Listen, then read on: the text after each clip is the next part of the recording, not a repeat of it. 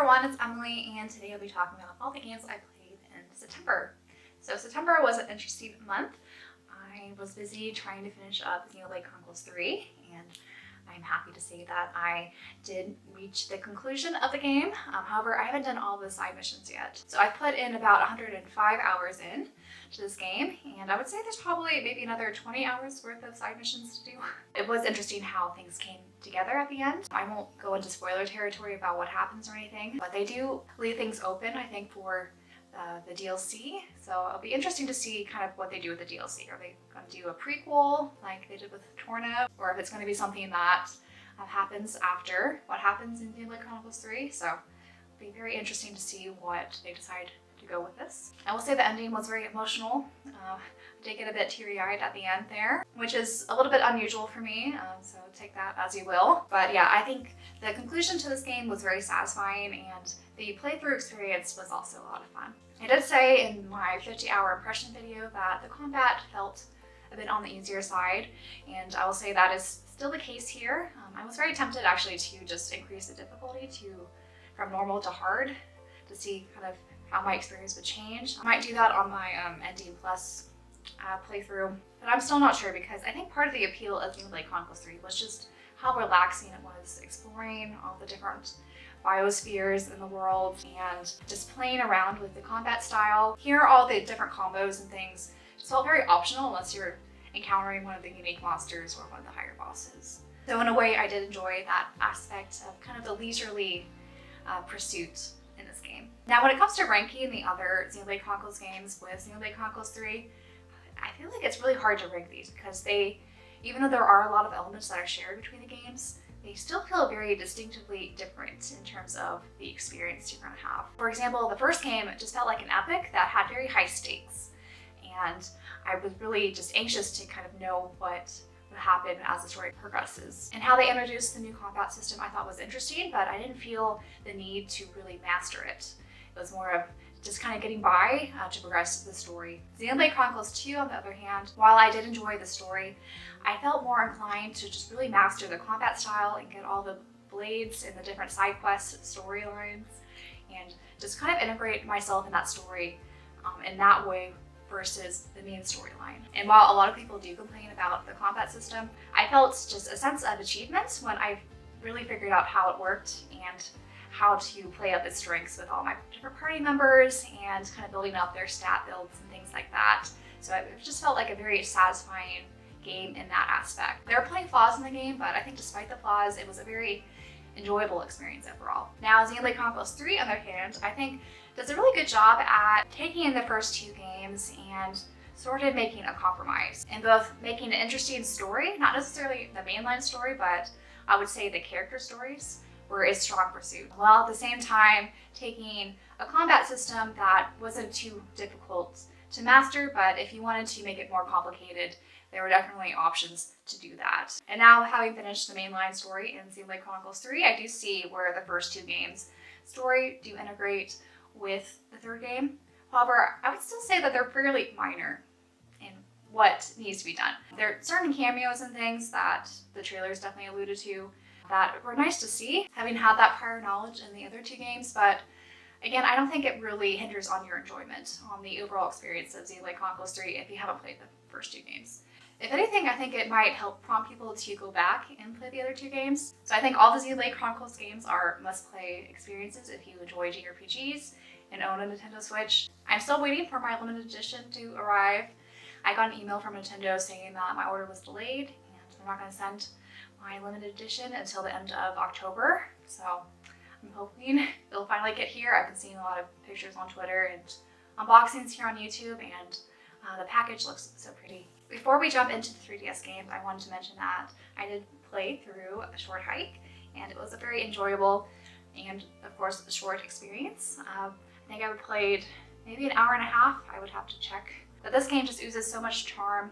I loved all the different environments, and for a platformer with gliding mechanics, I thought the controls were pretty smooth on the Switch, so I was pretty impressed actually with that aspect. You get some indie games that feature those sort of mechanics and can be rather clunky, but I was really happy with just exploring the island in this game and collecting everything and interacting with all the different people that are inhabiting the island. And yeah, I'm really glad that I picked this up physically so that I can replay it, because there is definitely, I think, a lot of replayability in here. I think this is probably the best time of year to play it as well. It has those kind of cozy late summer, early fall vibes that I was really enjoying. So overall, I do recommend this game if you want to pick it up on the eShop. I think a physical might be hard to come by right now. Overall, this is a very charming experience and one not to miss, I would say, especially if you enjoy very relaxing games that have exploring elements and collecting and some charming dialogue. Alright, so for the last month or so, I've been working on a collaboration video looking at JRPG 3DS games, and I decided to play both of these games in preparation for that video. So I will first talk about The Alliance Alive. So this game I'm almost done with. I'm very close. I'm hoping to finish this within the next week or so. And this game has been on my radar for quite some time. I have it both actually for the 3DS and on the Switch.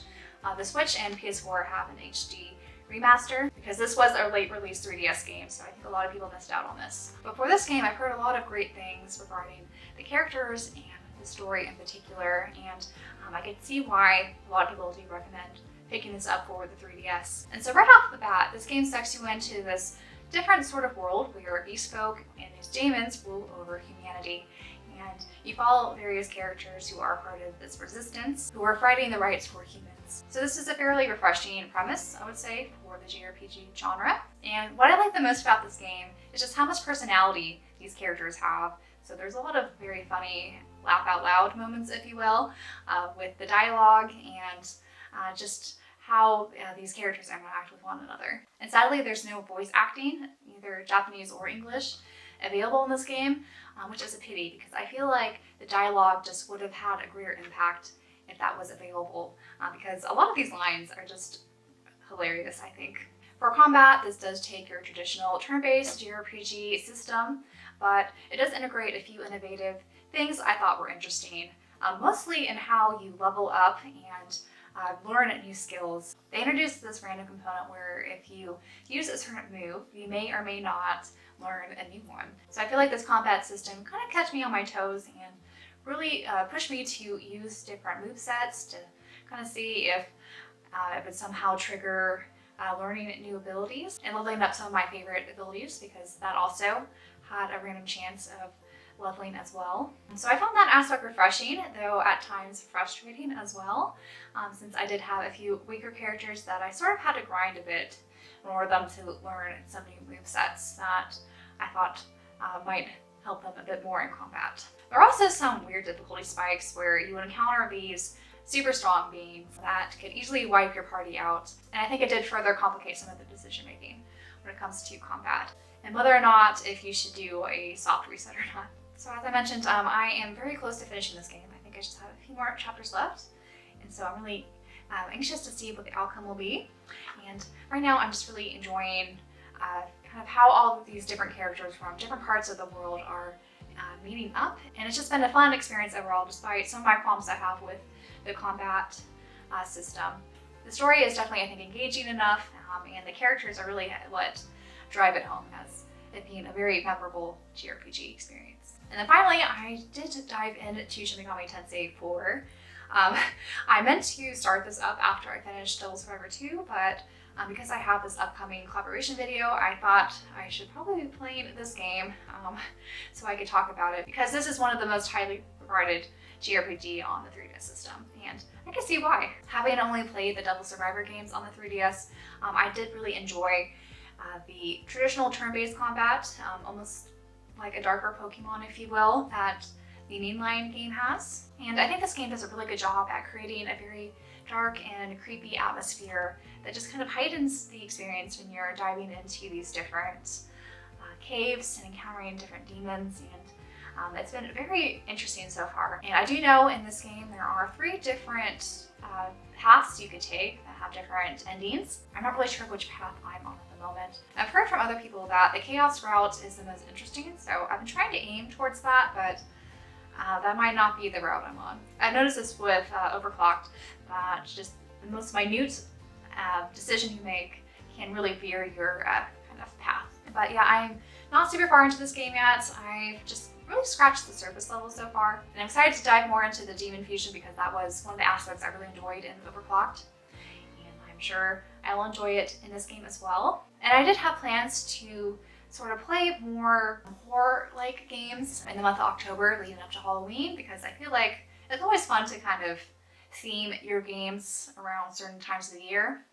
Sort of like what I did with A Short Hike. I thought this was a perfect game to play late summer, early fall, and it really was, in my opinion. So far this has been my sort of creepy October game that I've been playing and enjoying. I have a few more games that I've been dabbling with starting. I still haven't received my Switch copy of Trails from Zero yet.